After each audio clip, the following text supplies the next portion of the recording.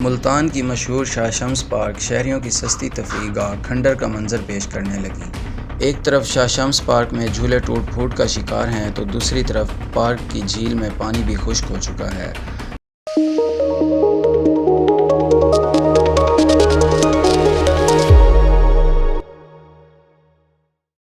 السلام علیکم ناظرین، ملتان اپڈیٹس کے ساتھ میں ہوں آپ کا میزبان Musab Ansari. Parks and horticulture authority کے عدم دلچسپی کے باعث ملتان کے شہریوں کی سستی تفریح گاہ شاہ شمس پارک اس وقت کھنڈرات کا منظر پیش کرنے لگی۔ ایک طرف جھولے ٹوٹ پھوٹ کا شکار ہیں تو وہیں اس پارک میں جھیل کا پانی بھی خشک ہو چکا ہے۔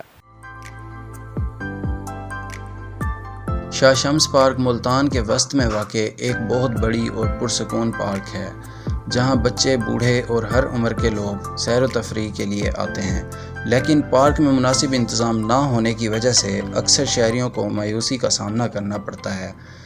شہریوں کو سستی تفریح گاہ کی فراہمی موجودہ صوبائی حکومت کی ترجیحات میں شامل ہی نہیں۔ سوکھی جھیل، ٹوٹی کشتیاں، مناسب دیکھ بھال نہ ہونے کے باعث یہ تفریح گاہ ویرانی کا منظر پیش کر رہی ہے، جبکہ یہاں آنے والے بچے بڑے سب ہی شکوہ کرتے دکھائی دیتے ہیں۔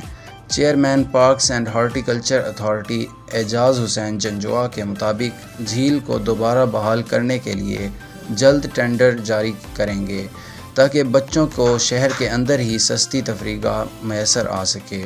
جھیل کے علاوہ پارک میں موجود دیگر تفریح گاہیں بھی تباہی کے دہانے پر ہیں، جو انتظامیہ کی توجہ کے منتظر ہیں۔ شہریوں نے متعلقہ حکام سے معاملے کا نوٹس لے کر پارک کی صورتحال کو بہتر کرنے کا مطالبہ کیا ہے۔